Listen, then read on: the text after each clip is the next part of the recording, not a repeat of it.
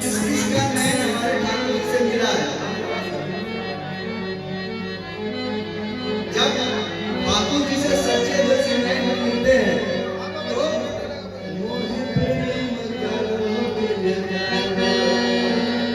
प्रेम का रोग लग जाता है भैया। क्या रोग लग जाता है दादा? प्रेम का। कभी किए हो प्रेम? किससे? सही में? झूठ मत। सच्ची? पक्की बात? पक्की? क्या बोलना पड़ेगा? राधे राधे। एक बार जानते हो नाथ नगर का एक था चिंताला। क्या नाम था? नहीं चिंताला हमारा उसका नाम चिंताला नाथ नगर का। ये नाथ नगर में दूसरा कोई नाथ नगर। यहाँ के लोग ऐसे बाहर से पढ़ के आया, विदेश से खूब पढ़ लिख करके आया, घर पे आया तो माँ ने प्यार से 2 लड्डू खाने को दी। बेटा मुंह मीठा का लड्डू खा। अब इसे अपने पढ़ाई का था घमंड। इसने कहा भैया आपने 2 लड्डू दी है, इसको मैं 3 कर दूं। अरे बेटा 2 लड्डू को तो 3 कैसे कर देगा? अरे भैया यही तो हम पढ़ के आए, 2 का 3 कर सकते हैं। अच्छा बेटा तो चल 2 का 3 कर दे। तो चिंता ना बोलता भैया ये कितने लड्डू? तो ये 1। दूसरा दिखा के लड्डू ये कितना? ये तो दूसरा। तो पहला वाला 1, दूसरा का 2, तो 2 1 कितने हुए? 3। बोलता 3 तो तू ठीक कह रहा है पर होते तो 2 ही हैं। अरे भैया तू लगता है ना समझ। एक लड्डू उठाया, ये कितना हुआ? 1। फिर दूसरा लड्डू उठाया, बोला ये कितना है? ये 2, तो 2 1 कितना हुआ? 3। तो बेटा तू जो समझा रहा है वो तो मैं समझ नहीं पा रही, पर तू जो समझा रहा हो ठीक ही समझा रहा होगा, गलत तो नहीं समझाएगा। तो भैया बाबूजी बाहर बैठे बैठे देख रहे थे कि हमारा बेटा कितना चतुर हो गया है। बाप तो बाप होता है, बेटे से बेहतर होता है। तो उसने कहा बेटा तू तो ठीक बोल रहा है, लड्डू तो 3 ही है, तुम्हारी माँ को समझ नहीं आ रहा है। काम कर, ये 1 लड्डू मैं खा लेता हूँ, ये दूसरा लड्डू तेरी माँ खा लेती है, तीसरा जो बचा है वो तू खा लेता है। वो राधे ऐसा कोई चिंता लाल यहाँ तो नहीं बैठा है ना? पक्की बात। तो ऐसे भी होते हैं कुछ मजे के कलाकार जो अपने माँ पिताजी को ही सिखाने लगते हैं, बाहर को पढ़ करके आते हैं। क्या बोलना पड़ेगा? राधे। तो आज आइए हम लोग भक्ति रस में डुबकी लगाते हैं और आज हम कबीर दास जी के चरित्र का यशोगान करेंगे। कबीर दास जी का नाम कितने सुन रखा है? बहुत फेमस है कबीर दास जी की दोहे तो लगभग सबको याद होंगे। कौन कौन सी दोहे याद? एक दोहा तो हम 2 दिन से रोज गा रहे हैं। कबीरा सब निर्गुणा धनवंता नहीं कोई, धनवंता सोई जाने।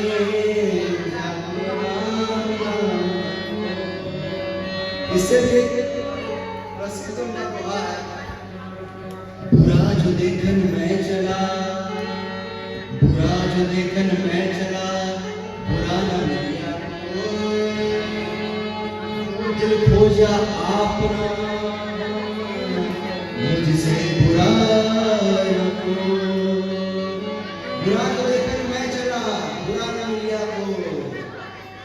बाहर में जब कबीर जी बुराई करने निकले कहीं उनको बुराई नहीं दिखा, केवल अपने ही अंदर दिखा। और हम जब कहीं बाहर निकलते हैं भैया तो हर एक के अंदर कमी दिख जाती है, लेकिन खुद के अंदर बिल्कुल नहीं। हमसे अच्छा तो कोई हो ही नहीं सकता है, बाकी सबके अंदर गलती भरी पड़ी है। तो बुरा जो देखकर मैं चला, सबको मिला बुरा, हमसे अच्छा कोई नहीं, यही हमारी कथा। तो हमारी जो भावना या हमारा जो व्यवहार होता है इसी प्रकार होता है कि हम दूसरे की तो कमी सरलता से देख लेते हैं पर खुद की कमी को देखना पसंद नहीं करते। अच्छा कमाल की बात ये है कि अगर कोई पड़ोसी आपको बता दे भैया आपके अंदर ये गलती है, इसको आप सुधार करें, तुम मुझे सिखाएगा, ढंग से चलने ना आता तुम मुझे सिखाएगा, मतलब उसी को उल्टा सिखाने लगते हैं कि भैया अपना सीख ले, बाकी बात मुझे सिखा दियो। तो बुरा जो देखकर मैं चला बुरा न मिलिया को, इसलिए हम अपने अंदर बुराई जो है उसको नष्ट करें, दूसरे के अंदर बुराई को देखने का कार्य हम ना करें। इससे हमारा क्या कहें, दूसरे की बुराई जब हम देखेंगे, जब हम दूसरे का बुराई देखने जाएंगे तो फिर बाद में उसके विषय में चर्चा करेंगे। और एक खास बात बताते हैं, जब हम किसी की निंदा स्तुति गाते हैं, किसी की पीठ पीछे बैठ के बुराई करते हैं कि फलाना बाबा जो है वो ऐसे ऐसे हैं, अरे ये जो थी ना देवी जी वो ऐसी ऐसी है, जैसी भी है राधे श्याम बोलो, तो उनकी जब हम निंदा करते हैं तो उन्होंने जो पाप किया हुआ है उनके पाप का फल हमको भी लगता है। इसलिए पीठ पीछे किसी की निंदा ना करें, मुंह पे भी ना ही करें, जितना हो सके सबकी तारीफ करें, उनकी अच्छाई देके अच्छाई को बढ़ावा दें। तो कबीरदास जी के जन्म की अनेकों कथाएं मिलती हैं। कुछ कथा इस प्रकार मिलती है कि रामानंद जी के आशीर्वाद से उनका जन्म हुआ था।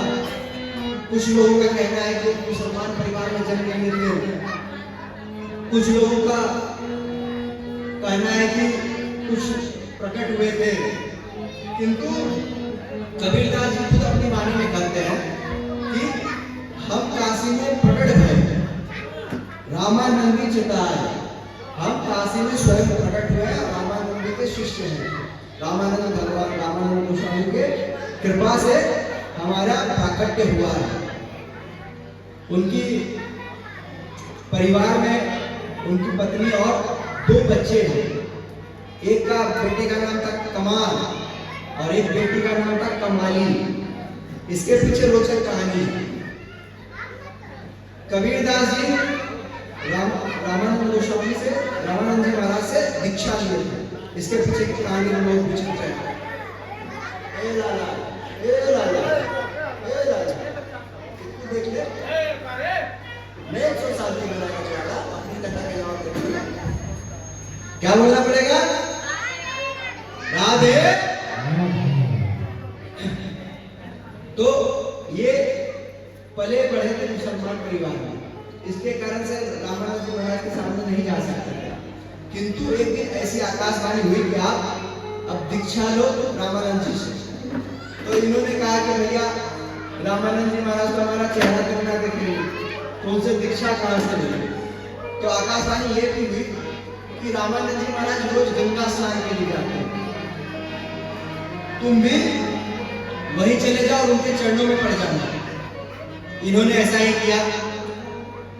सुबह सुबह गंगा किनारे सीढ़ी पे जाकर के लेट गए और नित्य प्रति रामानंद जी महाराज आते थे और राम राम करते हुए आ रहे थे। उन्होंने देखा नहीं और गलती से कबीरदास जी के ऊपर उनका पैर पड़ गया और कह उठे राम राम बोल, राम राम राम राम। अब कबीरदास जी झट से उठे, प्रणाम किया और वहां से चल दिए, यही मान करके कि उन्होंने हमें दीक्षा दे दी, मंत्र दे दिया राम नाम। और इतनी निष्ठा से कि वो राम राम जपने लगे और तिलक धारण कर ली, कंठी पहन लिए और पूरे काशी में घूम घूम करके कहने लगे कि अब हम वैष्णव हो गए, हमें राम नाम की दीक्षा लेनी। उनकी माता जी ने जब देखा कि भैया मुस्लिम परिवार के थे, हमारा बेटा बाबा जी हो रहा, उन्हें हिंदू बाबा से दीक्षा ले लिया है, तो आस पड़ोस के कुछ लोगों को एकत्रित की उन्होंने और रामानंद जी महाराज के पास भिजवाया कि मेरा बेटा जो है वो बहक गया है और सब जगह कह रहा है कि आप उनके गुरु हैं, आपने उन्हें दीक्षा दी है राम नाम करने। अब रामानंद जी सोचने लगे भैया हम तो उससे मिले बिना को तो ध्यान भी नहीं, हम दीक्षा कर देते हैं। तो उनको बुलाया जाए, जरा बुलाया गया। तो जब रामानंद जी के पास उनको बुलाया गया तो एक पर्दा रखा गया और पर्दा के उस पर कबीरदास जी, इस पर रामानंद जी कहते हैं भैया हमने तुमको कब दीक्षा दी? तो कबीरदास जी ने बताया कि कल ही की बात है, जब सुबह आप गंगा स्नान के लिए जा रहे थे और सीढ़ी पे मैं लेटा हुआ था, आपके ऊपर मेरे ऊपर आपका चरण पड़ा और आपने राम राम कहा। आप ये बताइए पूरे शास्त्रों में राम से बढ़कर कोई महामंत्र है क्या?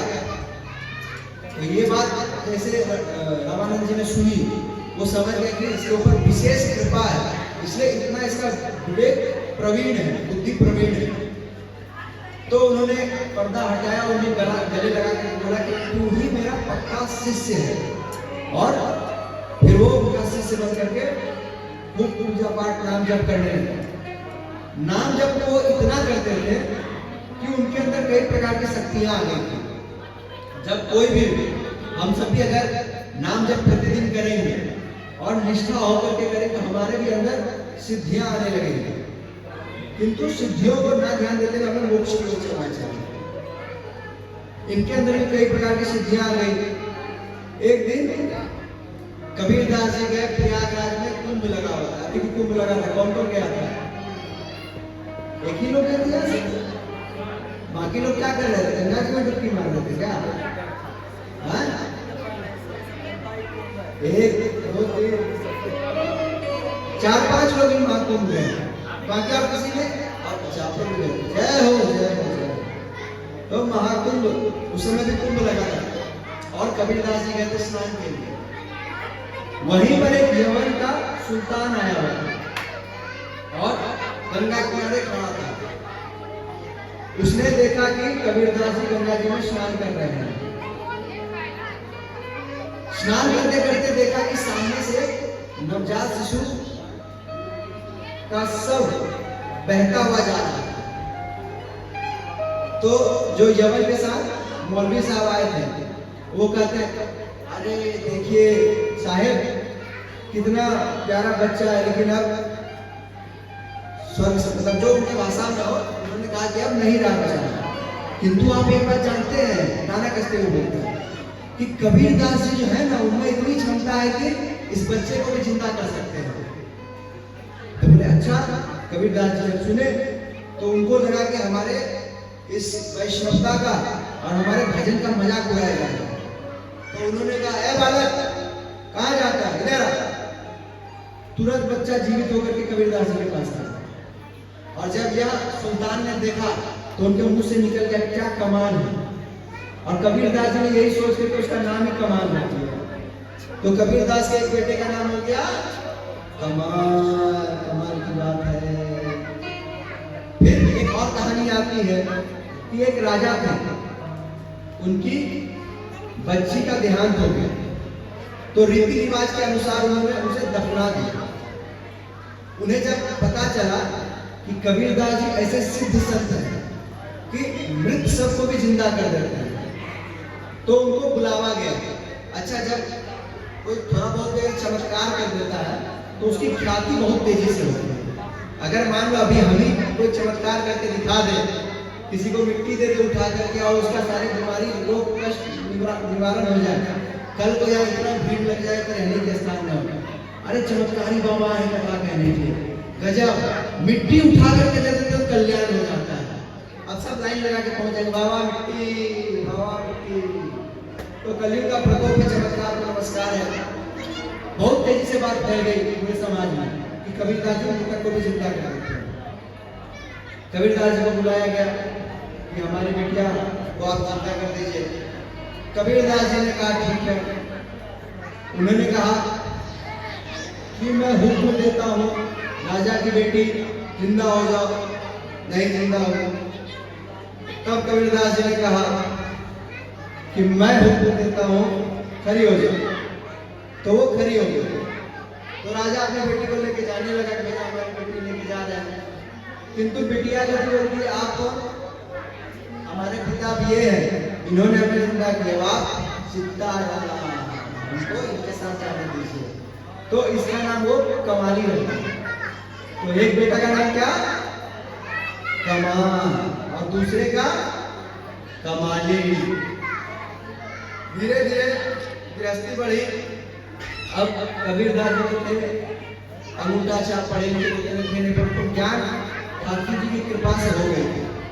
काफी ऐसे संत महात्मा देखने को मिले हैं जो स्कूल कभी नहीं गए, विद्यालय कभी नहीं गए, किंतु नाम जप की महिमा, भगवान की कृपा की उनको सब ज्ञान प्राप्त हो।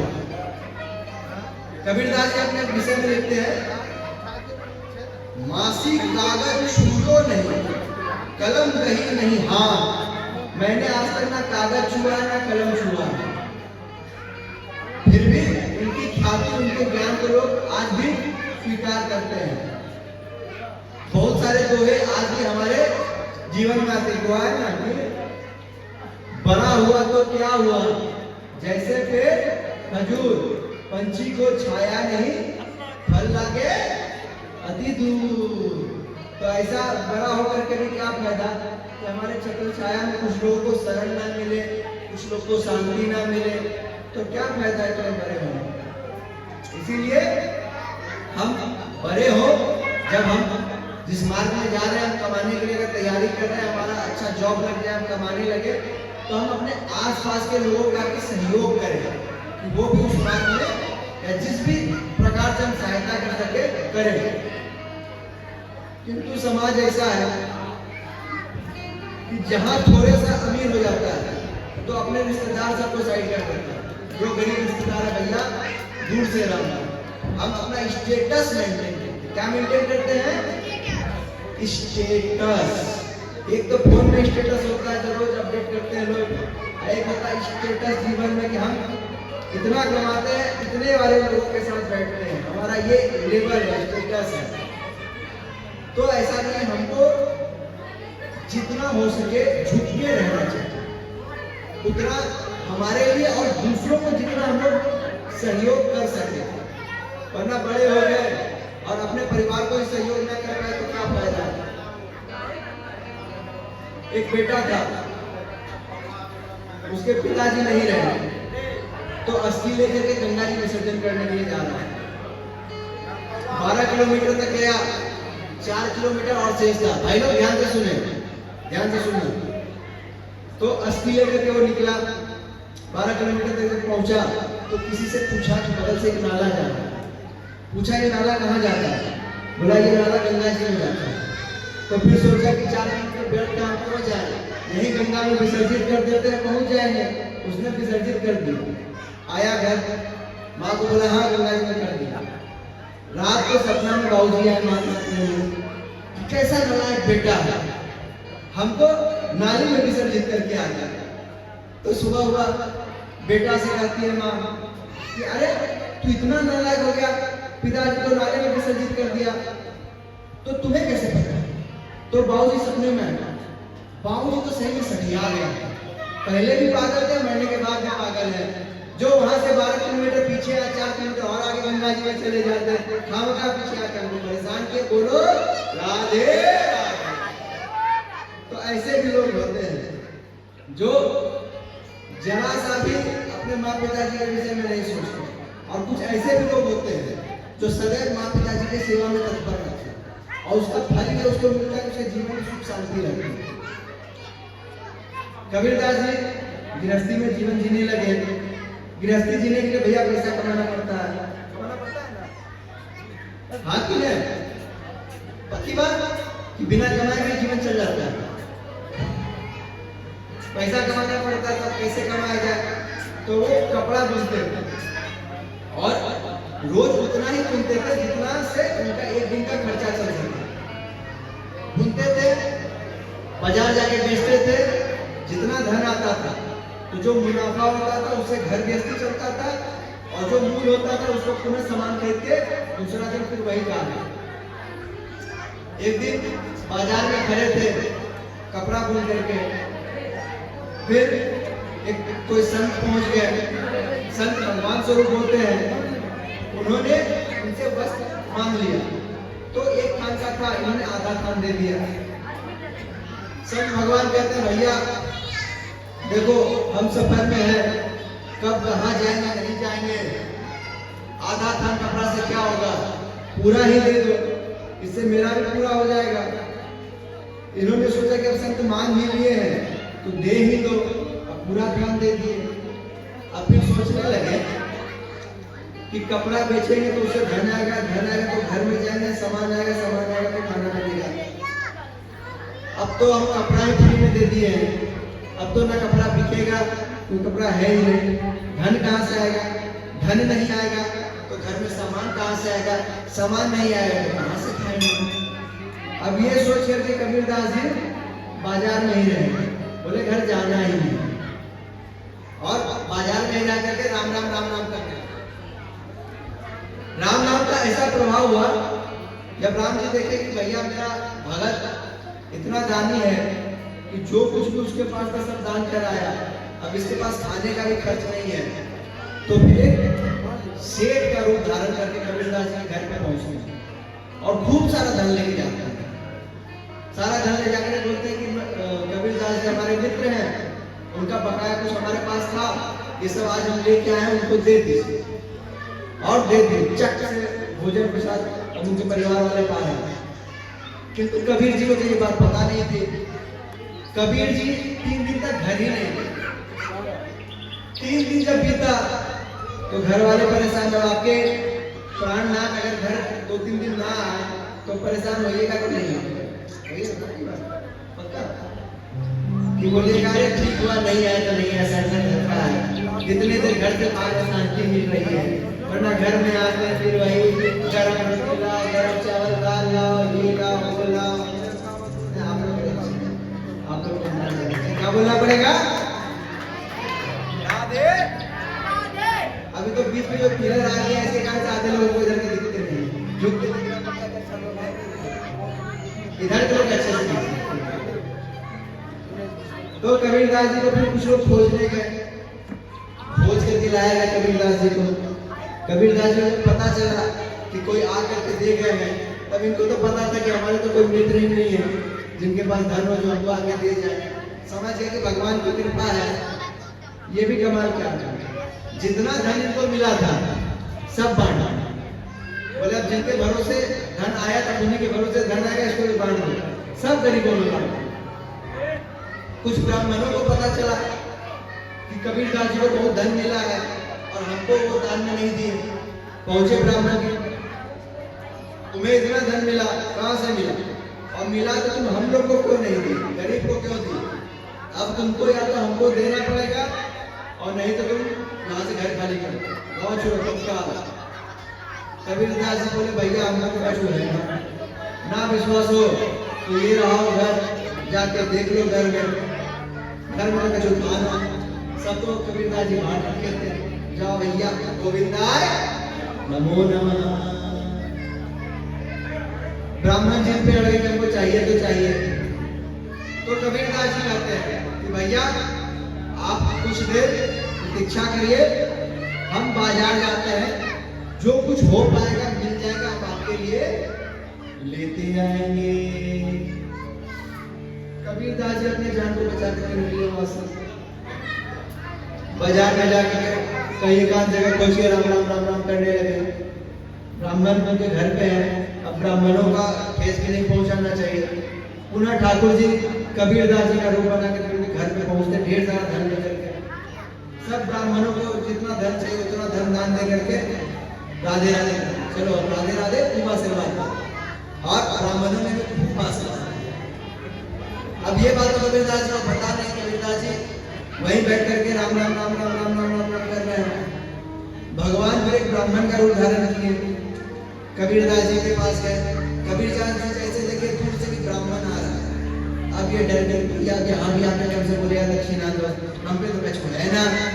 अब ये डरने लगे, फिर भी आए, आकर के बोले अरे आप यहाँ क्या कर रहे हैं, आपके घर पे इतना धन दौलत लुटाया जा रहा है, जाइए जाइए अपने घर पे जाइए आप।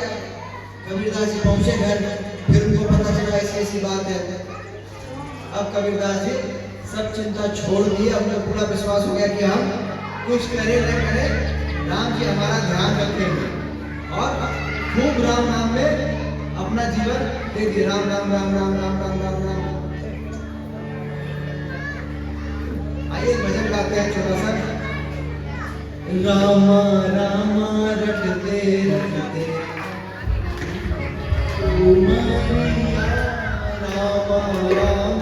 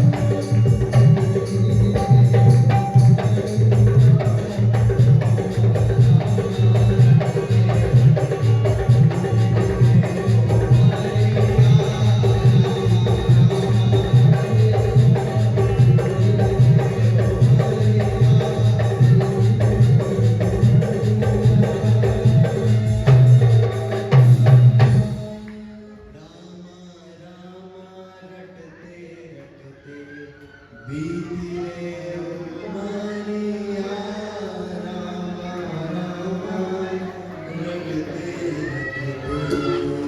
रटते। जीवन भर राम राम केवल राम राम राम राम राम जीवन का उद्धार बस राम बोलने में कितना सरल है, सहज है, इसमें कुछ लगता है बोलने में राम, कुछ लग रहा है राम राम राम, किंतु केवल ये नाम हमारा कल्याण कर देगा। हमें इस पे भरोसा होना चाहिए। क्या बोलना पड़ेगा? क्या बोलना पड़ेगा? अरे सुस्त हो जाते हैं आप। और कल की तरह भाई खेल खेलते हैं भाई और बहनों वाला, पहले बहने माताएं बहन फिर भाई बहनों के साथ। हम तो सीताराम कहेंगे, हम तो सीताराम कहेंगे। दम ना लग रहा है, दम ना लग रहा है।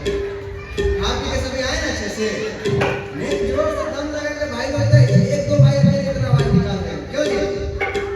हम तो सीताराम कहेंगे, हम तो सीताराम कहेंगे। अब आप लोग को पुनः मौका दे रहे हैं, देख लीजिए। हम तो सीताराम कहेंगे, हम तो सीताराम कहेंगे, हम तो राधे श्याम कहेंगे,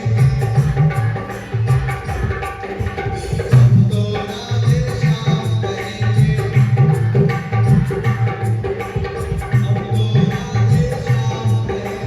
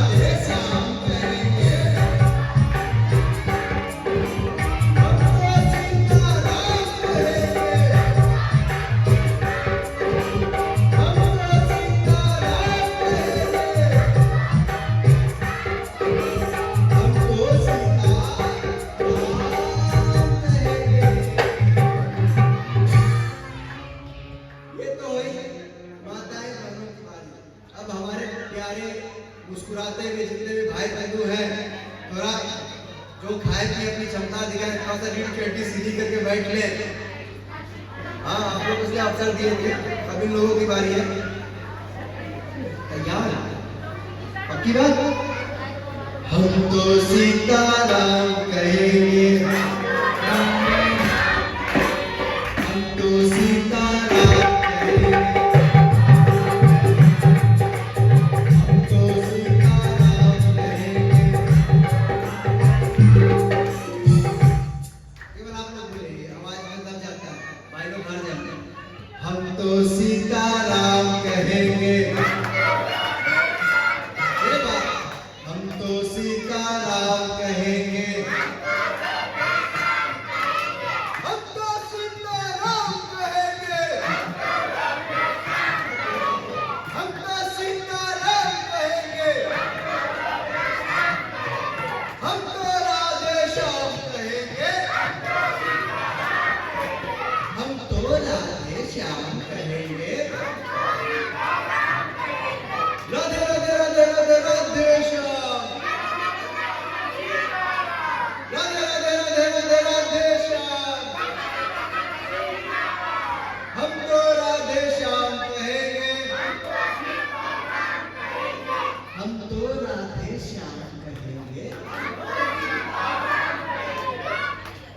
काफी लोग जीते, चलो क्या करें। चले एक साथ कभी हम तो सीताराम कहेंगे,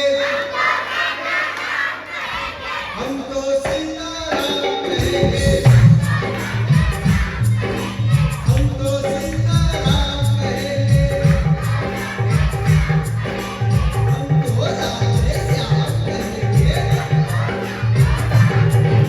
हम तो राधे श्याम कहेंगे, हम तो सीताराम कहेंगे, हम तो सीताराम कहेंगे, हम तो राधे श्याम कहेंगे। सीता सीता सीता सीता सीताराम, सीता सीता सीता सीता सीताराम, राधे राधे राधे राधे राधे श्याम, राधे राधे राधे राधे राधे श्याम, सीता सीता सीता सीता सीताराम,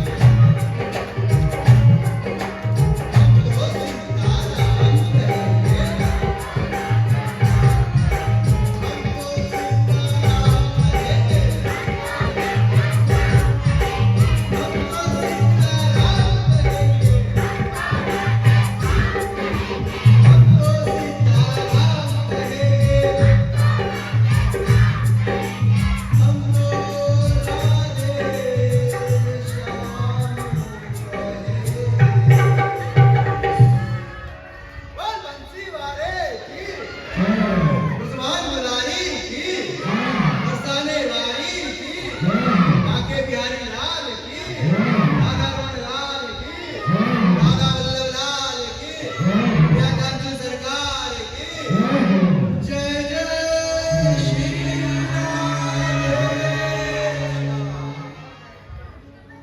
तो हमारे कबीरदास जी, अच्छा एक बार एक व्यक्ति कबीरदास जी के पास आया और पूछा कि कबीरदास जी ध्यान से सुनिएगा, बहुत गहरी बात है कि विवाह कब करनी चाहिए। मेरे युवा भाई विशेष ध्यान दें, अपने जो मन भटकाऊ यंत्र है उनके अपने पैकेट में डाल लें, मन भटकाऊ यंत्र को आप बाहर प्रयोग कर लें, यहाँ जो हम प्रयोग करवा रहे हैं उस पर ध्यान दें।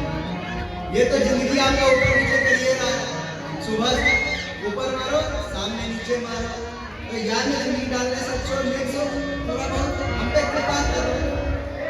तो प्यारे कबीरदास जी के पास एक पहुंचा, उसने पूछा कि विवाह का सही उम्र क्या है या कब विवाह कर लेनी चाहिए। कबीरदास जी ने कहा कि तुम कल आना, दोपहर में। दोपहर में आया, पूछा आप बताइए विवाह के समय हमने कल प्रश्न किया था, बोला अच्छा ठीक है। उस समय वो कपड़ा सिल रहे थे और उनकी सुई गिर गई। उन्होंने अपनी देवी जी को बुलाया, अजी सुनती हो? हाँ, लालटेन लेके आना। लालटेन लेकर के देवी जी आई, कड़ी धूप में लालटेन लेकर के देवी जी कबीरदास जी के साथ सुई ढूंढ रही है, यानी पूरा सूर्य तो तपा ही रहा है, उस बीच लालटेन लेकर के दिखा रही है। फिर बोले आप समझे? बोला इसमें समझना क्या है, पागल हो गए आप, धूप है तो उसको भी आप लालटेन लेकर देख रहे हैं। बोले नहीं, इसमें तुमको देखना चाहिए था भरोसा। पति पत्नी में इतना भरोसा होना चाहिए कि एक दूसरे से सवाल ना पूछना पड़े। पति ने कहा है तो पत्नी करेगी, पत्नी ने कहा है तो पति करेगी। एक दूसरे पे जिस दिन भरोसा हो जाए उस दिन विवाह कर लो, अन्यथा वो क्या होता है। बहुत छोटी बात हो यार, नीला कलर का कौन सा डब्बा? हाँ ड्राम। मैं अगर भरोसा हो तो ड्राम में पाए जाओगे। क्या बोलना पड़ेगा? राधे। आजकल सही में हमारे समाज की जो स्थिति होती जा रही है, कब हम कोई फ्रिज में मिल रहे हैं, कब हम ड्राम में मिल रहे हैं, कब हम कहीं और मिल रहे हैं। ऐसा हो क्या रहा है भैया? सब प्रेम विवाह ज्यादातर तो रहता है, प्रेम विवाह। पहले बोला जाता भैया प्रेम विवाह ना करो, फिर ना हमने प्रेम किया है, इसके लिए हम जी भी सकते हैं, मर भी सकते हैं। तो लो भैया, डब्बा तैयार है, फ्रिज तैयार है। तो मेरे अगर हमारा कहा मानो तो शास्त्रों के अनुसार माँ पिताजी की आज्ञा लेकर के माता पिताजी जहाँ गए वहाँ विवाह करो और अपने चरित्र का गठन करो। आजकल क्या हो गया है, चित्र बहुत अच्छा आ जाता है, फोन में सेल्फी में बहुत प्रकार के फिल्टर आ गए हैं। क्या भैया, ओ भैया,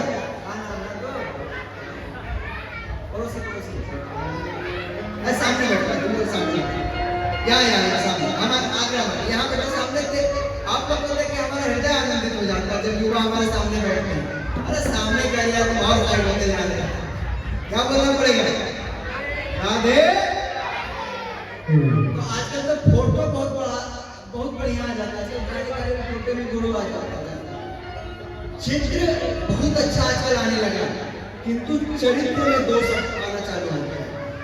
चरित्र पावन होगा तो चित्र अपने आप ख्याति पा लेगा, किंतु चित्र बहुत अच्छा है, चरित्र खराब है तो फिर समाज में मान प्रतिष्ठा नहीं मिलेगी। राम जी को इसलिए पूजा जाता है क्योंकि वो मर्यादित है, चरित्रवान है।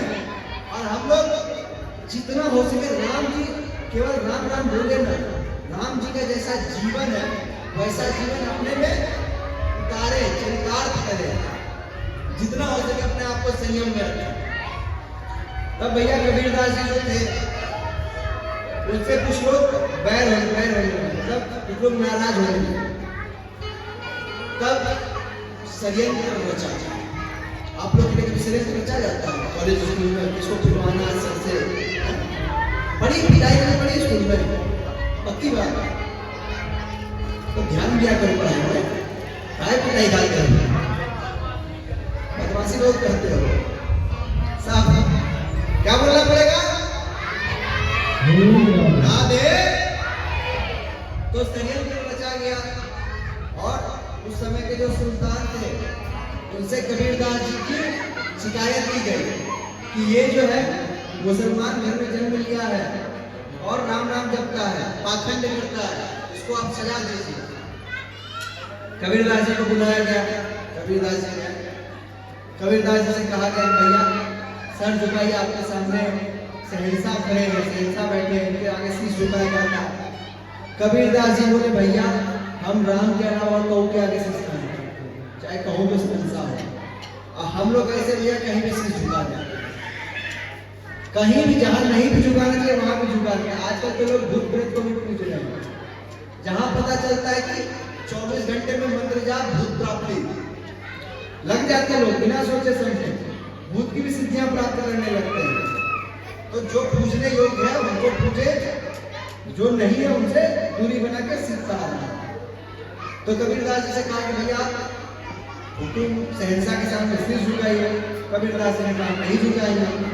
तो कबीरदास जी को फिर यातना दी। क्या यातना दी गई? बोला इनको पत्थर से बांध के गंगा जी में डुबा दो। और एक बात, कुछ संतों से ऐसा भी सुनने में आया है कि कबीरदास जी को प्रहलाद जी का एक अंश अवतार माना जाता है, कि जितनी यातनाएं प्रहलाद जी को मिली थी उतनी ही यातनाएं कबीरदास जी को भी मिली। कबीरदास जी को गंगा जी में डुबा दिया गया, पर ठाकुर जी की ऐसी लीला हुई कि कबीरदास जी वापस बाहर आ गए। सुल्तान ने देखा तो कहा उसको आग में जला दो। लकड़ी का ढेर लगाया गया, माचिस मार के जला दिया गया। अब आप और हम रहते हैं वहां पर, माचिस मारा जाएगा तो क्या होगा? जल जाएंगे, स्वाभाविक सी बात है। कबीरदास जी को जरा सा भी जलन नहीं, उनको और शिथिलता अनुभव। और जब अग्नि से वापस वो बाहर निकले, अग्नि जब जल के खत्म हो गए, तो जिस प्रकार स्वर्ण को तपाने के बाद उसमें चमक आता है, वैसे कबीरदास जी के अंदर चमक आने लगा। अब ये देख करके तो राजा चौंक गया। अब क्या किया जाए? तो भैया इनको हाथी के आगे डाल दिया। हाथी के आगे कबीरदास जी को डाल दिया गया। हाथी कबीरदास जी के पास जाए फिर लौट के पीछे आ जाए, कबीरदास जी के पास जाए फिर लौट के आ जाए। तो वर्तमान में ऐसा आता है कि जहाँ कबीरदास जी को बांध करके रखा गया था कि हाथी उनके ऊपर चढ़ जाए, वहां पर राम जी सिंह बन करके खड़े थे जो हाथी को दिखता था, और हाथी डर करके पीछे भाग जाता था। जितना प्रकार से यातना दी जा सकती थी सब ट्राई कर लिया, किंतु सफल नहीं हुआ। तब उसने निश्चय किया कि भैया ये कोई साधारण आदमी तो नहीं हो सकते, कोई दैत्य शक्ति इनमें है। तब फिर उसने क्षमा याचना करी, गलती होगी तो क्षमा कर दीजिए, और गलती हो जाती तो क्षमा ही मांगा जाता है। और क्या, कभी स्कूल में टीचर से पकड़ा गया तो फिर क्या करते हो? सॉरी सर, गलती हो गई सर, माफ कर दीजिए, अगले बार हमसे नहीं होगा, यही करते कुछ और कहते हो? क्या सर करें, गलती जो करना है कर लीजिए, कहते नहीं ना, वरना जो एक छड़ी में काम होने वाला होगा 10 छड़ी और लग जाएगा। क्या अब तो धीरे धीरे सुनने में आया कि स्कूल में दंड नहीं मिलता, पिटाई नहीं होती कि नहीं होती। अब तुम लोग स्कूल से निकल गए, बड़े शादी ब्याह करो, घर के स्कूल से भजन करो, क्या बोलना पड़ेगा? राधे राधे। खाते क्या है नहीं खाया? कौन कौन नहीं खाया हाथ उठाओ, एक दो, बाकी सब तो खा के आए हैं। हाँ तो बोलो राधे।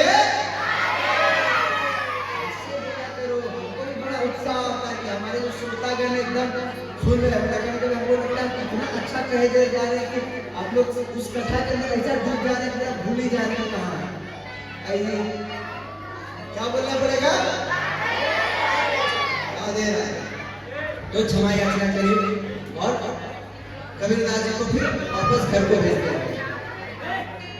एक कथा ऐसी आती है कि कबीरदास जी को तप को देख करके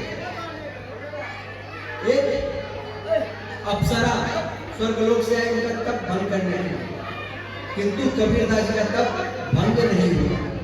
और जब कबीरदास का तप भंग नहीं हुआ, भगवान स्वयं प्रकट हुए और बोले कि भैया हम तुमको वरदान देते हैं, जब तक तुम्हारी इच्छा हो तुम इस धरती पर रहो, भजन करो, भक्ति का प्रचार प्रसार करो, और जब तुम्हारी इच्छा हो सब शरीर तुम हमारे पास आओगे। ऐसा वरदान देकर के भगवान अंतर्ध्यान हो गए। एक कथा ऐसी आती है कि एक राजा ने कहा कि आप एक ऐसा सिद्धांत दीजिए जिसमें जितने भी धर्म पंथ हैं सबका सिद्धांत आ जाए। तो उन्होंने कहा कि आप 1000 गाड़ी कागज भर के भेजिए। कितना गाड़ी भेजिए कागज भर के? हमको थोड़ा कम सुनाई दे रहा है, कितना? 1000। हाँ बात है, तो 1000 गाड़ी कागज भर कर। राजा ने सोचा इतना कागज का क्या करेंगे, पर कबीरदास जी सिद्ध संत है, उन्होंने कहा कि कुछ बात तो होगी। तो राजा ने कागज भेजी गाड़ी, और गाड़ी आया। अब ध्यान से सुनना, कबीरदास जी ने केवल एक पन्ना लिया, केवल एक पन्ना लिया और उस पर लिखा राम। क्या लिखा? राम। और लिख करके गाड़ी वापस भेजी। अब सोचो क्या हुआ, सस्पेंस है, सोचिए क्या हुआ। जो गाड़ी जब वापस राजा के पास पहुंचा तो जितने भी पन्ने थे सब पन्नों पे सिद्धांत लिखा। इतनी राम नाम की महिमा है। और राम नाम जब तक हमारा जाता क्या है, कछु जाता है, कछु नेक्स्ट को पैसा कि एक बार राम बोल दें तो हमारा $1 खर्चा हो जाएगा, €1 खर्चा हो जाएगा, ₹1 खर्चा हो जाएगा। लगता है वैसा? नहीं लगता है। तो काहे नहीं जपते हो? काहे नहीं जपते? जपते हो? कछु जाता नहीं, फिर भी राम नाम जपने में दिक्कत है। राम नाम जपने से कुछ जाएगा नहीं, किंतु आप बहुत कुछ जाएगा। इसलिए जितना हो सके क्या जपो? नाम जपो, भगवान का नाम जपो। पिछले 5 दिनों से आज 5वां दिन है, मैं विशेष ध्यान दे रहा हूँ उसको, किस पे? कि नाम पर, नाम पर बल दो, नाम जप करो।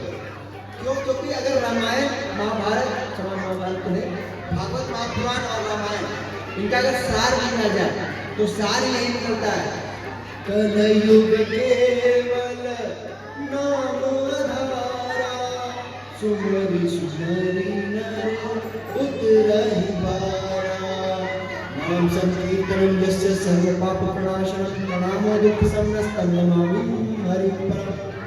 सारे पापों का नाश कर देता है क्या? राम नाम।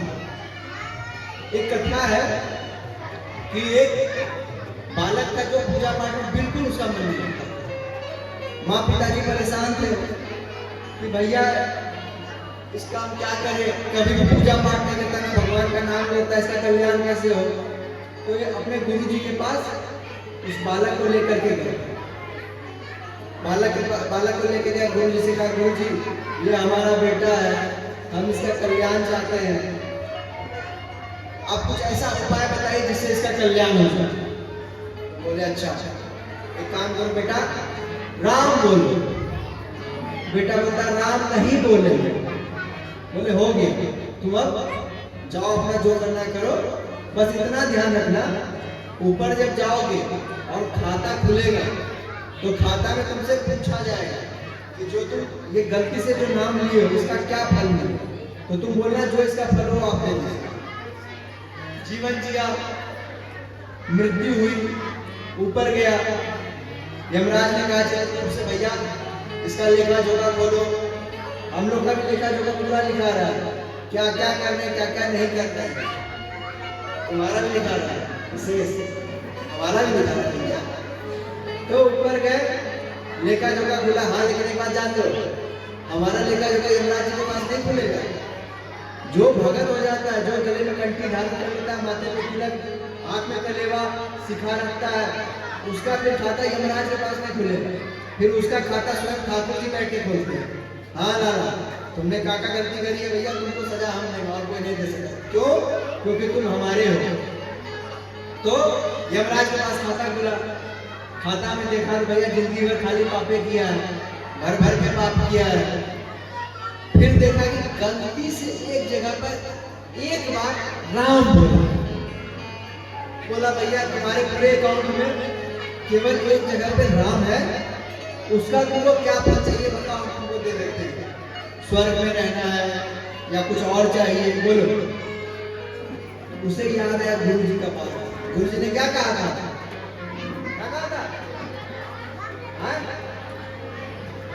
जो फल हो उस नाम का वही फल आप हमको दीजिए। तो इसने कहा कि देखिए राम नाम का जो फल है वो आप हमको दे दीजिए।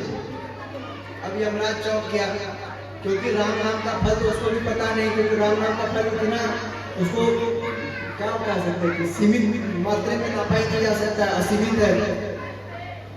तो बोला कि नारायण नारद जी बहुत नारायण नारायण करते, उनको पता होगा नाम की महिमा का क्या फल हो सकता है। नारद जी के पास चलते हैं। नारद जी के पास यमराज उसको साथ में लेके गए, चलो वहीं सब खत्म कर दिया गया।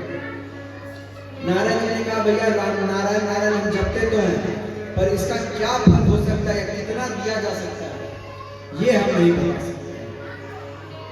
एक काम करते हैं, पिताश्री के पास चलते हैं। नारद जी ने पिताश्री नारायण ब्रह्मा जी के पास गए। ब्रह्मा जी से पूछा गया कि भैया राम नाम का क्या फल है। तो राम नाम का फल तो हम भी नहीं बता सकते, हमने सृष्टि की रचना की, सब हमने बनाया है, किंतु भगवान के नाम का क्या फल हो सकता है ये हम नहीं बता, हमसे परे है। तब किसके पास चला जाए? तो भोले बाबा राम नाम जपते हैं। भोले बाबा के पास भोले बाबा के पास गए। भोले बाबा से कहे बाबा इसने गलती से एक बार राम नाम जप लिया, इसका क्या फल इसको मिलना चाहिए।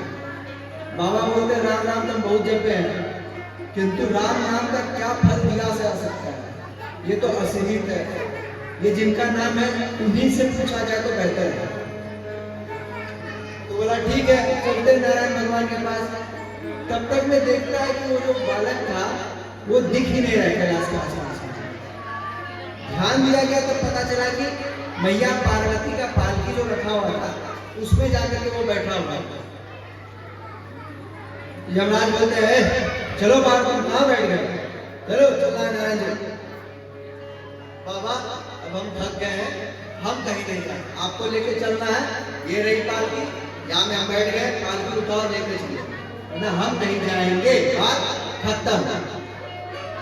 अब यमराज जी सोचे अब क्या किया जाए, तो बोले चलो 4 लोग तो ही है, यमराज जी हैं, नारद जी हैं, ब्रह्मा जी हैं, शिव जी हैं, चारों लोग 4 कंधा लगाए उसको नारायण भगवान के पास लेके गए।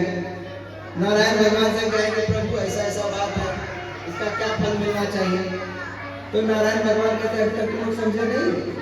बोले अरे जिस जो शिव जी, ब्रह्मा जी, नारद जी, यमराज जी सबके कंधे पे चढ़ के आया, उसको और क्या चाहिए? उसको सबके दर्शन हो गए, उससे बड़ा हमको क्या दिया जाए? जो एक बार राम नाम ले लेता है उसका कल्याण हो जाता है। इससे बड़ी राम नाम की महिमा अवचरणीय है, उसको उनको बोला नहीं जा सकता, इतना उस नाम की महिमा है। इसलिए हम लोग राम नाम या भगवान का जितना नाम हो उतना जपें। अच्छा, अब राम नाम की इतनी महिमा है कि एक बार कल्याण हो जाए तो हम बार बार क्यों जपें? बात उठता है प्रश्न मन में। तो हमारा जो मन है, खास करके युवाओं का, हम जो युवाओं का जो मन होता है वो समझिए कि एक जो बंदर है, बंदर तो चंचल होता ही है, उस पे से बंदर को अगर शराब पिला दे, शराब पीने के बाद बुद्धि भ्रष्ट हो जाती है, उसके बाद बिच्छू से डंक मरवा दिया जाए, उसके बाद जो उसके अंदर पागलपन आएगा, जो अलग अलग प्रकार का क्रिया करेगा, उससे भी जो हमारा मन होता है, हमारी चंचलता होती है, तो उसको स्थिर रखने के लिए हम लोग नाम जप करते हैं कि मन इधर उधर भटके नहीं। कल एक भजन गाए थे नहीं थे, केवल 2 ही 4 लाइन गाए थे, आज उसको गाते हैं।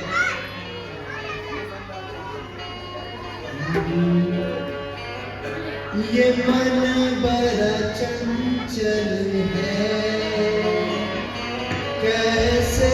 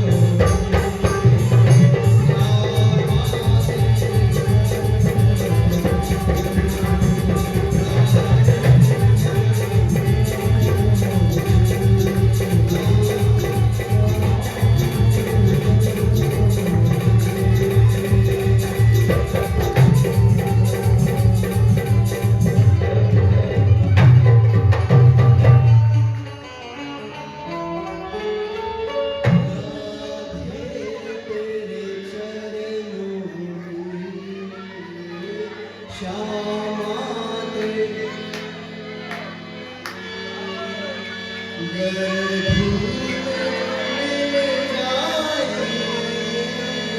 सच कहता हूँ राधे, सच कहता हूँ राधे,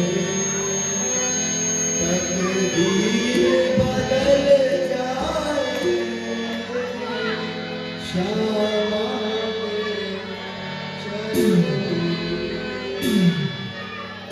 राधे, इस जीवन की बस एक तमन्ना है,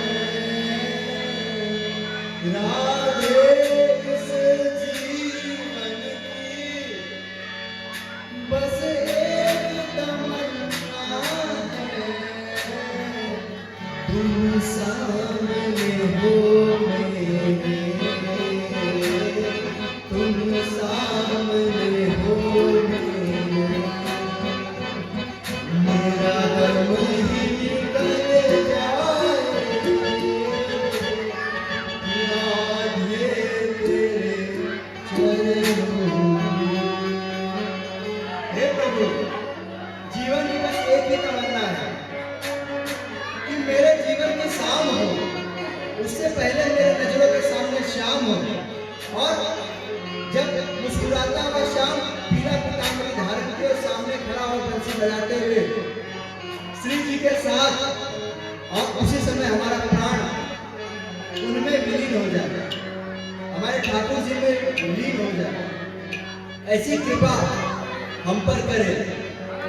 भैया, जीवन में सपने देखने को तो बहुत कुछ देखा जा सकता है, लोग सपना देखते भी हैं, किंतु हमारा या हम सभी का एक सपना ये तो होना चाहिए कि हमारे जीवन की शाम हो, और शाम सुंदर बंसी बजाते हुए सामने से आते दिखे, और उसी समय हमारा प्रणाम हो और ठाकुर जी में लीन हो। जब ठाकुर जी सामने से आते दिखेंगे और हमारा प्राणांत हो जाए, तो फिर हम स्वर्ग और नर्क के चक्कर से बाहर होकर के ठाकुर जी के प्रेम सागर में डूब जाएंगे और अपने जीवन को कृतार्थ कर लेंगे। इसलिए जीवन में एक सपना अवश्य देखिए। रोज रात में सोते हैं, बहुत सारे सपने हम देखते हैं, किंतु एक सपना ये भी देखते हैं कि राधे इस जीवन की बस एक तमन्ना है, तुम सामने हो मेरे और मेरा दम ही निकल जाए। क्या बोलना पड़ेगा? राधे राधे। तो मेरे प्यारे बंधुओं, सत्संग में साधुओं का संग, सत्य का संग, और हम सभी को भक्तों की कथा श्रवण करने का अवसर बड़े सौभाग्य से प्राप्त हुआ है। जब भगवान की कथा होती है तो भक्त श्रोता बन करके आते हैं, जब भक्तों की कथा होती है तो भगवान श्रोता बन करके आते हैं। जो नित्य हमारे श्री राम जानकी ठाकुरवाड़ी में राम जी विराजमान है, जो नित्य उनका दर्शन करते होंगे, अभी आप उनका दर्शन करेंगे तो उनके चेहरे पे विशेष प्रकार की एक मुस्कान देखने को मिलेगी, जो सच में हृदय से उनको देखते हैं। क्यों? क्योंकि उनके प्रांगण में, एक प्रांगण की जो आभा है वो अलग प्रकार की, यहाँ की जो खूबसूरती है, यहाँ की जो आभा प्रकट होती है, वो स्वतः ही भगवान नाम जब करवाती है, भगवान के प्रति हमारे हृदय में प्रेम जागृत करते हैं। और संसार में आए हो तो एक बार अवश्य ठाकुर जी से प्रेम कर ही लो। संसार में तो प्रेम करते ही हो सभी से, माता पिता से, भाई बंधु से, किंतु एक बार ठाकुर जी से नैन लड़ा दो, और जब ठाकुर जी से नैन लड़ जाएगा तो फिर ठाकुर जी आपको कहीं जाने नहीं देंगे। वृंदावन प्रेम की नगरी है प्यारे, कभी गए वृंदावन? गए? प्रेम हुआ ठाकुर से? जब वृंदावन जाओ और सामने ठाकुर जी विराजमान है, हमारे ठाकुर जी खड़े हैं, उनके नेत्रों में जब नेत्र मिलती है और नयन चार होते हैं तो दिल में जो प्रेम और आनंद उठता है, लगता है कि सब छोड़ करके यहीं रह जाए। ठाकुर जी अपनी ओर खींच लेते हैं। किंतु इतना अच्छा हमारा भाग्य का सांसारिक मोह माया बंधन में बंधना है, संसारिक जीवन जीना ही है, किंतु हम प्रयास ऐसा करें कि ठाकुर जी से हमारे नयन हर साल लगे, हर महीने लगे, हो सके तो हर दिन लगे, लेकिन नयन जरूर लगे। संसार में तो बहुत नयन लड़ा लेते हैं लोग, किंतु भगवान से जो नयन लड़ा लेते हैं फिर उनका कल्याण होना तय है। तो श्री कबीरदास जी अपनी लीला को समाप्त करके 119 वर्ष की अवस्था में सशरीर भगवान के धाम को जाते हैं। आगे कथा धन्ना जाट के सुनिए। एक बहुत प्यारा भगत था, ध्यान से सुनिए। नित्य कथा में आता था, कथा श्रवण करता था, बहुत बोला था। तो जो कथा सुनाने आए थे वो शालिग्राम भगवान की सेवा करते थे। शालिग्राम भगवान की सेवा देकर के धन्ना जाट को लगा कि हमको भी इनकी सेवा करनी चाहिए। तो इनकी सेवा का अवसर कहां से मिले? धन्ना जाट से उन्होंने आग्रह किया, कृपया शांति बनाए बैठे। शांति सबसे बड़ा, अगर आप लोगों को दान देना है तो भैया शांति का दान है, यही से हम खुश हो जाएंगे। पूरा शांति बना के रखे, कथा सुने, हमको भी आनंद आएगा। अब कुछ लोग इधर से आते हैं, उधर से आते हैं, बीच में उनका आने से 4 लोगों का ध्यान हो जाता है। 4 का ध्यान गया और 14 लोग उस पर ध्यान देने के ध्यान कहाँ गया, 14 का 24 हो जाता है। फिर महाराज यहाँ क्या बोल रहे हैं, कोई ध्यान नहीं। तो हम कहाँ थे? कहाँ थे? धन्ना जाट की कथा थे। धन्ना जाट ने देखा कि भैया शालिग्राम भगवान की सेवा करते हैं, जो कथा सुनाने आए थे, तो उनसे आग्रह करें कि हमको भी ठाकुर जी की सेवा करनी है। जब बच्चा कुछ करते हुए भगवान का पूजा पाठ करते हुए देखता है तो उसकी मन में उत्सुकता बढ़ती है कि हम भी कुछ करें। तो उसने कहा कि महाराज जी हमको शालिग्राम दे दीजिए, हम उनकी पूजा करेंगे। इन्होंने सोचा कि बच्चा है, मस्त विरोध कर रहा है, बोला तुम कल आना। बच्चा गया, अगले दिन गया, अगले दिन जब आया तो फिर कहता है कि भैया हमको शालिग्राम की सेवा दे दीजिए। अब महाराज जी सोचने लगे, लगता है ये बिना शालिग्राम की सेवा में नहीं मिलता। तो बोले अच्छा ठीक है, तू कल आना। ठीक है, कल आना। वापस घर गए। अब इन्होंने क्या किया, ये पत्थर और जहां शालिग्राम भगवान को रखे थे उसके ऊपर पत्थर रखा। जब दूसरा दिन बालक आया तो उसने कहा कि हमको शालिग्राम की सेवा करनी है। बच्चों का स्वभाव होता है कि जो चीज बड़ा दिखता है या बड़ा होता है वही पाना चाहता है, इसीलिए इन्होंने विशेषकर पत्थर को ऊपर रखा था। तो जो महाराज जी ने बोला कि देखो ये जो नीचे है ये छोटे महाराज है, छोटे ठाकुर जी, ये ऊपर है बड़े ठाकुर जी, कौन सा तुम लेना पसंद करोगे? बच्चा बोला हम छोटा का लेंगे, बड़ा महाराज लेंगे, हमको बड़ा महाराज दीजिए। तो बड़े बड़े जो शालिग्राम भगवान थे वो उनको दे दिया गया। तो बोला अच्छा इसका पूजा कैसे करना है?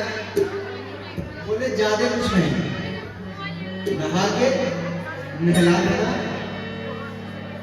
पवा के पा लेना। क्या? नहा के नहला देना, पवा के पा लेना। बोला ठीक है। घर लेके गए, स्नान किए, शालिग्राम भगवान को स्नान कराया। अब धन्ना जाट जो थे थोड़े गरीब परिवार में, तो उनके घर में जो सूखी रोटी वगैरह जो पाता था जुड़ जाता था। उन्होंने सूखी रोटी बनवाई माँ से, कह के और ठाकुर जी को भोग पकड़ाया, पर्दा लगा दिया। कुछ देर प्रतीक्षा करी, उसका कोई अंदर से आवाज नहीं आई। आदमी खाता तो चुप रोता है और लोगों को कहा अच्छा हमारे साथ क्या समस्या, तो हम अपनी आदत सुधार लेंगे। पहले कभी कहीं जाते थे और कुछ खाते थे तो हमने चिबिड़ कर आ जाते भाई, हमको समझ में नहीं आता था इसको ठीक कैसे किया जाए। लोग शिकायत भी करते थे कैसे खाते हो, खाने नहीं आता है। धीरे धीरे हम अपने आदत को सुधारे, अब नहीं आता तो अंदर से कोई आवाज ही ना आए। धन्ना जाट फिर पर्दा हटा करके देखते हैं तो रोटी वैसे की वैसी पड़ी। अब धन्ना जाट सोचने लगे कि लगता है बड़े ठाकुर है ना, वहां तो महाराज जी के पास पूरा पूरी मिलता होगा, चट से खाते होंगे, हम पे तो सूखी रोटी है कहाँ से खाएं, बड़े लोग बड़ी चीजें खाते हैं। तो देखो ठाकुर जी भैया हम पे कछु है ना, यही खाना पड़ेगा। और गुरु जी ने आज्ञा करी है कि नहा के नहला देना, पवा के पा लेना। और अब आप नहीं पाइएगा तो हम कैसे पा लेंगे। धन्ना जाट बैठे रहे, ठाकुर जी नहीं आए। धन्ना जाट ने कभी ऐसा किया हो ठाकुर जी के लिए कि ठाकुर जी नहीं खा रहे तो हम भी नहीं खाएंगे। अच्छा उपवास कौन करता है, एकादशी का विशेष करके, एकादशी का व्रत कौन करता है? काफी संख्या है, बहुत बढ़िया। जितना हो सके सभी को एकादशी का व्रत करना चाहिए। तो धन्ना जाट भूखे रह गए। अगला दिन फिर रोटी बना, जो पाया रोटी सब्जी, ठाकुर जी को भोग पधराया। फिर प्रतीक्षा किए ठाकुर जी प्रकट हो जाइए, ठाकुर जी प्रकट नहीं हुए। धीरे धीरे समय बीता, 2-3 दिन हो गया। धन्ना जाट हड्डे कट गए, किंतु 3 दिन जो भूखे रहे तो हड्डी की तरह सूख गए। अगर अब भोजन नहीं पाते हैं, 3 दिन भोजन पाओगे तो शरीर में क्या स्थिति रहेगी, हो जाएगी। तो वही धन्ना जाट की स्थिति थी। आखिरी दिन धन्ना जाट का पुनः भोग लगाया, प्रभु पा लीजिए। अब ठाकुर जी को दया आ गई कि नहीं पाएंगे तो धन्ना जाट। तब ठाकुर जी प्रकट हुए और रोटी खाने लगे। बाहर धन्ना जाट के कान में आवाज गई कि कोई कुछ अंदर खा रहा है। झट से पर्दा हटा, देखते ठाकुर जी खा रहे हैं और ठाकुर जी 2 रोटी थी, 1 रोटी खा गए। दूसरी रोटी खाने ही वाले और धन्ना जाट कहते प्रभु हम भी भूखे हैं, हम पे भी कृपा कीजिए। गुरु जी ने कही आपको पवा के हमको पाना है, सब आप ही पा लीजिए, हम खाता है। नेक्स्ट हम पे भी कृपा कर दो भैया, सब आप पा लीजिए, हम भूखे रह गए। तो ठाकुर जी ने दे दी। अब धन्ना जाट का ठाकुर से मित्रता होगा और दोनों साथ में हंसे थे। धन्ना जाट गैया चराने जाते थे। ठाकुर जी से बोले कि भैया हम गैया चराने जा रहे हैं, तुम आराम करो। ठाकुर जी बोले गैया चराने जा रहे हैं, हम भी चले। तुम भी चले गो, गैया चराने आती है? अरे तो पतो ना, हमने खूब गैया चढ़ाई है, 9 लाख गैया हमारे बाबा के पास है, तो 9 लाख गैया हम चढ़ाए, तो पता ना एक्सपर्ट है गैया चढ़ाए। हमारे ठाकुर जी तो जब व्रत में थे तो 9 लाख उनके पास गैया थी जिनको वो चढ़ाते थे। और हमको बहुत अनुभव है, चलो साथ में। तो धन्ना जाट साथ में लेके गए। ठाकुर जी शालिग्राम भगवान को लेके गए, गाय को जंगल में छोड़ दिए और बोले ठाकुर जी प्रकट हो जाइए। ठाकुर जी प्रकट हो गए। ठाकुर जी प्रकट हो गए, गैया अपना चल रही है, ठाकुर जी और ये दोनों खेल रहे। एक दिन आया कि जो गुरु जी को दिए थे शालिग्राम, वो आए सब। तो गुरु जी आए तो गुरु से मिलना जाना आवश्यक है। तो धन्ना जाट कहते कि ठाकुर जी आज थोड़ा सा गैया चराने नहीं जा पाएंगे, आप चले जाइए। तो बोले ठीक है, चलो हमको वहां जाकर पहुंचा दो, हम गैया चढ़ाएंगे। ठीक है। तो शालिग्राम भगवान को लेकर के गए, शालिग्राम भगवान प्रकट हुए और गैया चरा रहे। धन्ना जाट आगे अपने गुरु जी से मिले, गुरु जी के पास गए, गुरु जी से, गुरु जी प्रणाम, आपने जो हम पर कृपा करी, हम इसके लिए कृतार्थ हैं। आपकी कृपा से ठाकुर जी हमारे साथ खेलते हैं, हमारे साथ खाते पीते हैं। अब इनको लगा कि भैया ठाकुर जी साथ खेलते हैं, ऐसा कैसे? हम तो इतनी साल से पूजा पाठ कर रहे हैं, अभी तक हमारे साथ नहीं खेले, तुम्हारे साथ खेलते हैं। अरे सच्ची गुरु जी, साची साची कह रहा हूँ, हमारे साथ ठाकुर जी खेलते हैं। कभी कहा है ठाकुर जी, बोला हमको भी देखना है। तो अभी तो ठाकुर जी गैया चलाए गए, गैया चलाए गए, चल मुझे लेकर के दिखा कहाँ गैया चला रहे हैं। लेकर के गए जहाँ गैया चला रहे थे, तो ठाकुर जी वहीं खड़े हैं, गैया चलाते हैं। धन्ना जाट गुरु जी दोनों सामने खड़े हैं। धन्ना जाट को दिख रहा है किंतु गुरु जी को नहीं दिख रहा। तो गुरु जी बोले भैया हमको कुछ दिख नहीं रहा है। तो आपको नहीं दिख रहा है? सामने तो खड़े हैं। तो पूछते हैं कैसे ठाकुर जी दिखते हैं? तो बोलते हैं वरहा पीनम नटवर वपुः कर्णयो कर्णिकारं विप्रद्वासा कर्णमपि संभजयन् कुच्चमालं वन्दानेन तपसुरया पुरयो वन्दे वृन्दावनं सकलं कार्यसिद्धिर्भूते। पीला पीताम्बरी धारण किए हुए, बंसी बजाते हुए, मुकुट धारण किए हुए, एक आभा उनकी प्रकट हो रही है। पूरा वृत्तांत से बताया कि ठाकुर जी कैसे दिख रहे हैं। जब धन्ना जाट ने बताया तो गुरु जी सोचे कि भैया ऐसा तो केवल शास्त्रों में वर्णन है और धन्ना जाट ने पढ़ा लिखा है नहीं, अंगूठा छाप है, तो उसको कहां से पता? तब गुरु जी ने आग्रह करी कि भैया धन्ना जाट ठाकुर जी से आग्रह करो, हमको भी उनके दर्शन करना। और ठाकुर जी दर्शन देते हैं और इनका भी जीवन धन्य होता है। अच्छा इसमें देखो, जो गुरु जी थे वो शालिग्राम भगवान की कई वर्षों से पूजा कर रहे थे, नहीं कर रहे थे, नहीं कर रहे थे? तो बोलो ना, ठाकुर जी की सेवा कई वर्षों से कर रहे थे, किंतु उनके अंदर वो निष्ठा नहीं आई जो निष्ठा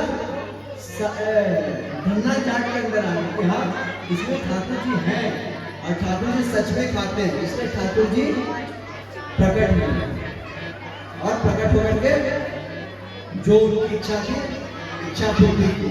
इसीलिए हम लोग अपने मन को जितना हो सके पवित्र करने का प्रयास करें।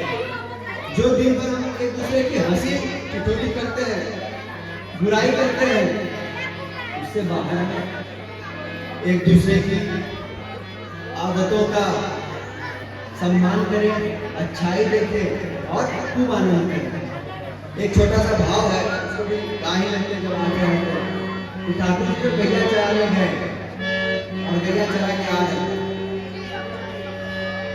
छोटी छोटी गैया छोटो सो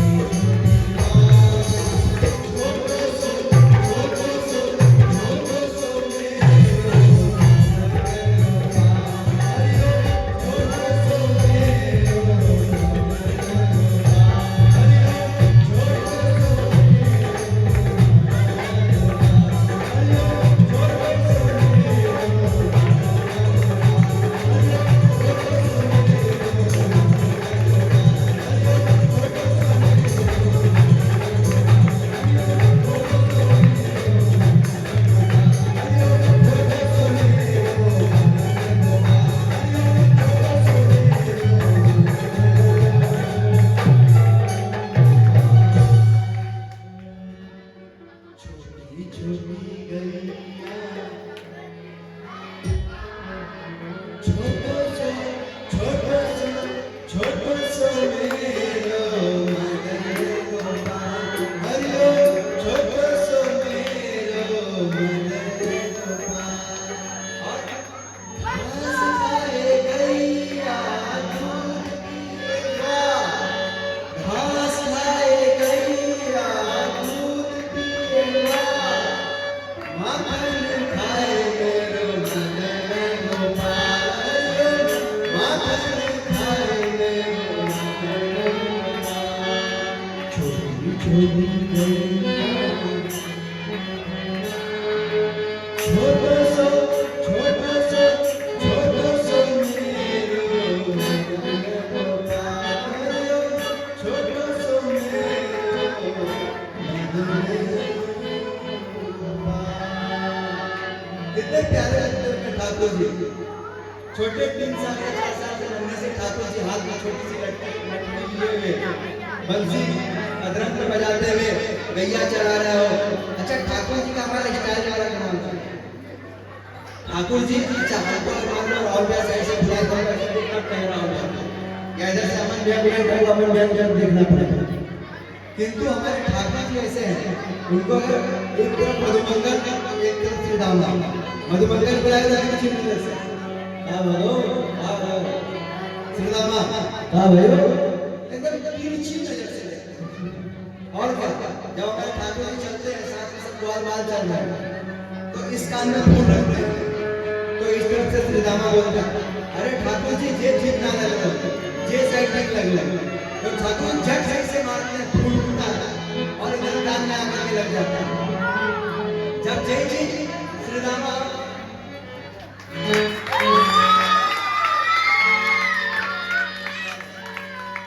श्री राम और मधुमंगल ट्राई करते हैं कि हम भी ठाकुर जी को जरा करें तो कान में फूल रखते हैं और ऐसे कभी श्री राम के सर पे आ जाता है कभी मधुमंगल के नाक में आ जाता है किंतु ठाकुर जी की तरह कोई नहीं करेगा और ठाकुर जी की लीला ऐसे साची साची बात है अगर 1 घंटा ठाकुर जी की लीला आप सुन ले और आपको आनंद ना आए तो आप अभी अवसर मिले तो ठाकुर जी के बचपन की जो बात बताए उस पर भी कथा की जाएगी और उनकी भी कथा सुनाई जाएगी ऐसे हमारे ठाकुर जी तो भैया आज का काम हम लोगों ने क्या क्या सीखा कौन बता सकता है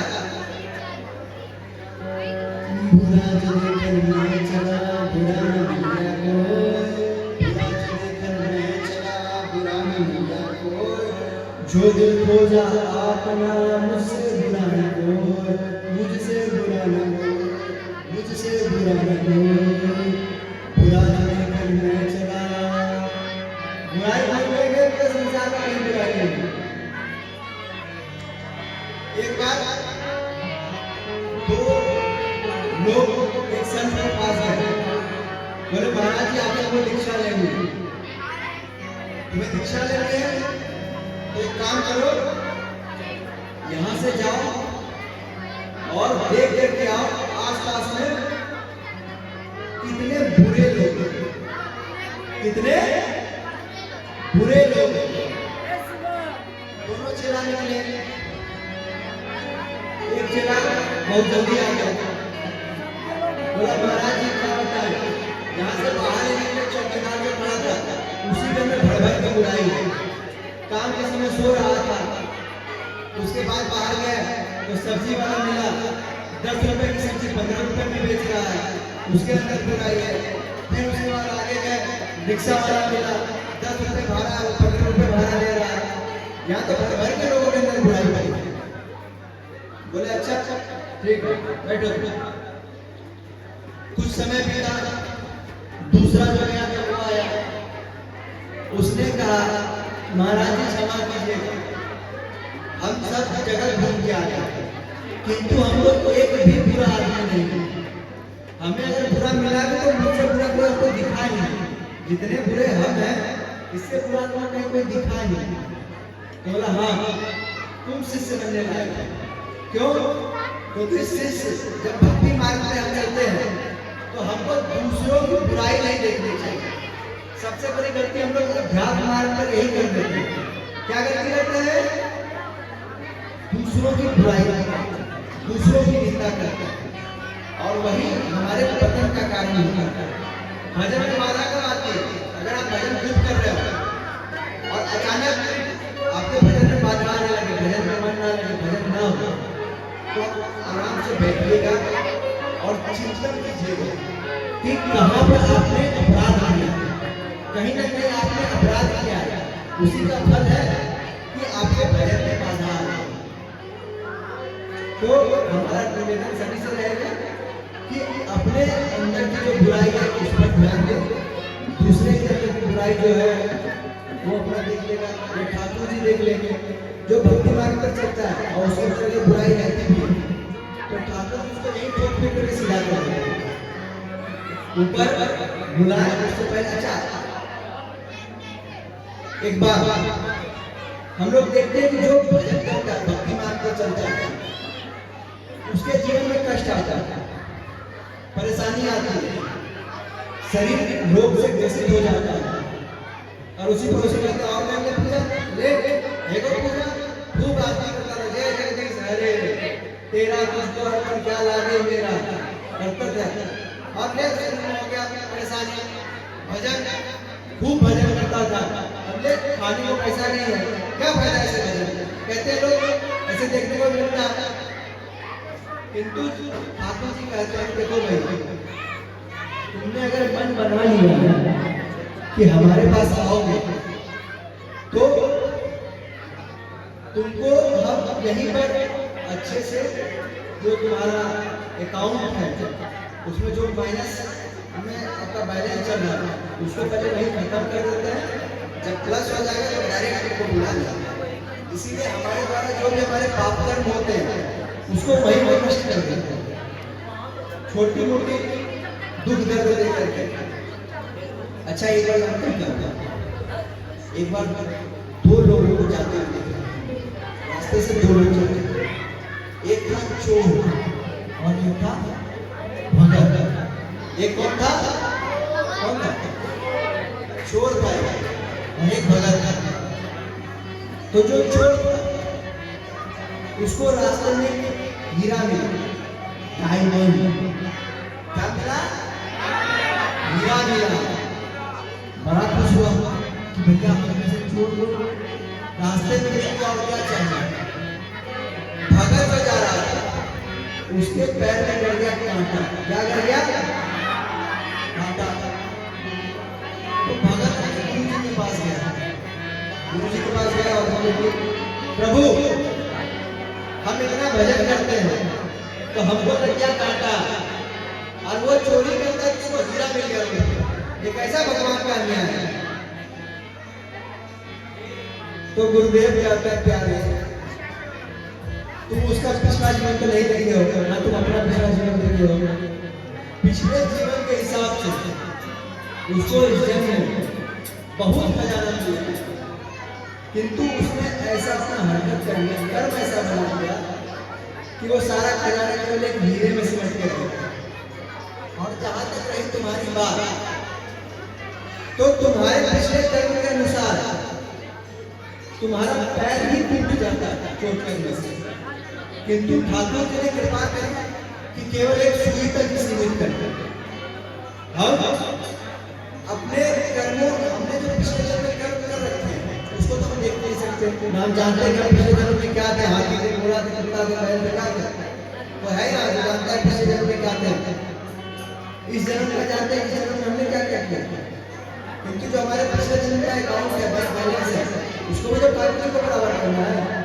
तो इसीलिए जो भक्ति मार्ग में चलते हैं तो ठाकुर जी उसको कम करके, जितना उसको मिलना चाहिए उससे कम करके उसके जीवन में कष्ट देते हैं, और जो शांति से उसे कष्ट को झेलते हुए सहते हुए आगे बढ़ जाता है उसका कल्याण हो जाता है। इसलिए अगर आपके जीवन में कष्ट आ रहा हो, परेशानी आ रहा हो, दुख हो, तो उसको चुपचाप सहे और भजन करते हैं। धीरे धीरे वो दुख भी आपके जीवन से चला जाएगा और जीवन में आ जाएगा। अरे हम नहीं कुछ कह रहे हैं।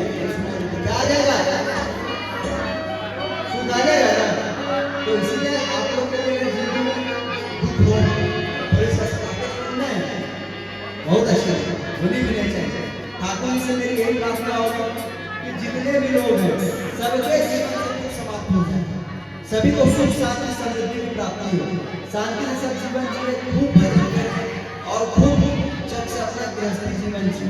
यही ठाकुर से हम प्रार्थना करते हैं। और एक सिद्धांत हम लोगों ने क्या सीखा, बड़े हुए तो क्या हुए जैसे पंछी को छाया नहीं फल लागे, बड़े हुए तो क्या हुआ जैसे पंछी को छाया नहीं फल लागे।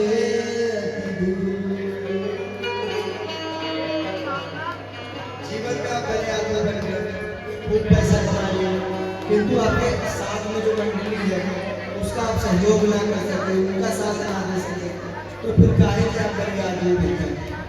जब भगवान ने हमें बड़ा बनाया है तो हमारा यह दायित्व बनता है कि हम हमारे सानिध्य में जितने लोग हैं उनका भी हम सहयोग करें, उनको भी हम लोग आगे की ओर प्रोत्साहित करें।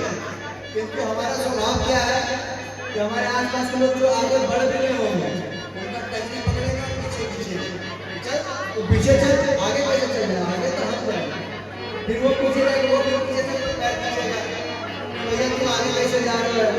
एक बार एक कुएं में ढेर सारे मेढक फंस गए, सब मेढक ने कोशिश करी इससे बाहर निकला जाए, तो सब चढ़ने लगे, तो एक हार मान गया, नीचे गिर गया, दूसरे को बोला नहीं जा पाओगे तुम भी रह जाओ, उसको रख लिया, धीरे धीरे से हार मान करके नीचे आ गया, एक दूसरे को सामने रोक लिया। एक जो था वो सीधे चढ़ता जा रहा, पीछे से कह रहा है अरे रुक जा रुक जा, वो ऊपर चढ़े जा रहा है। और ऊपर वो क्यों चढ़े जा रहा है, क्योंकि वो था बहरा, क्या था बहरा। अब पीछे से सब कह रहे रुक जा, उसको लग रहा है अरे ऊपर जा, वो चले जा रहा है। उसी प्रकार से हमें भी संसार में काफी लोग रोकने का प्रयास करेंगे, काम की लो, भजन करते हुए आगे बढ़ते जाए, ठाकुर जी सबको सही जगह लगा देंगे, इसका जो स्थान होगा वहां पर। आइए आज के सत्र को यही विराम देते हुए भजनों का आनंद लेंगे, झूमना ही नहीं झूमना।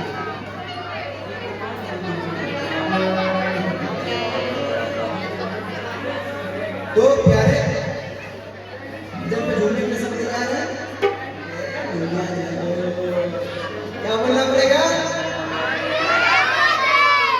तो आइए आप भजन सुनेंगे।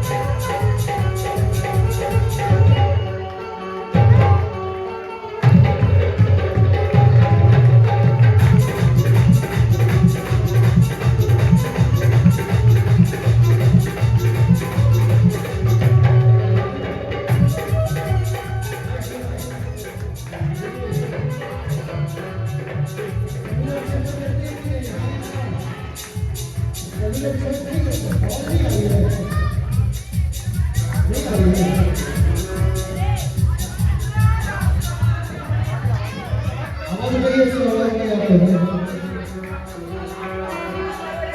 हेलो हेलो हेलो हेलो हमारी आवाज आ रही है कि जोड़े जोड़े वाला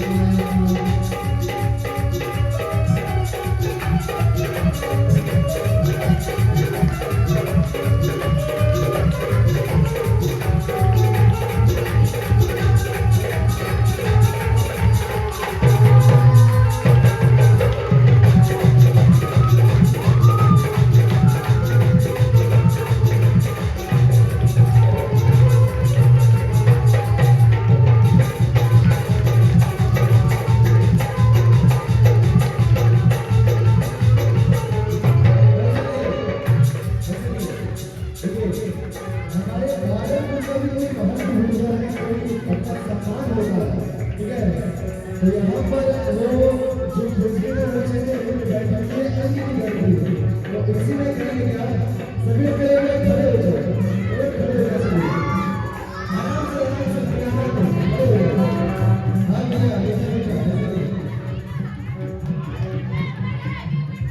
हाँ भैया गुरु वाला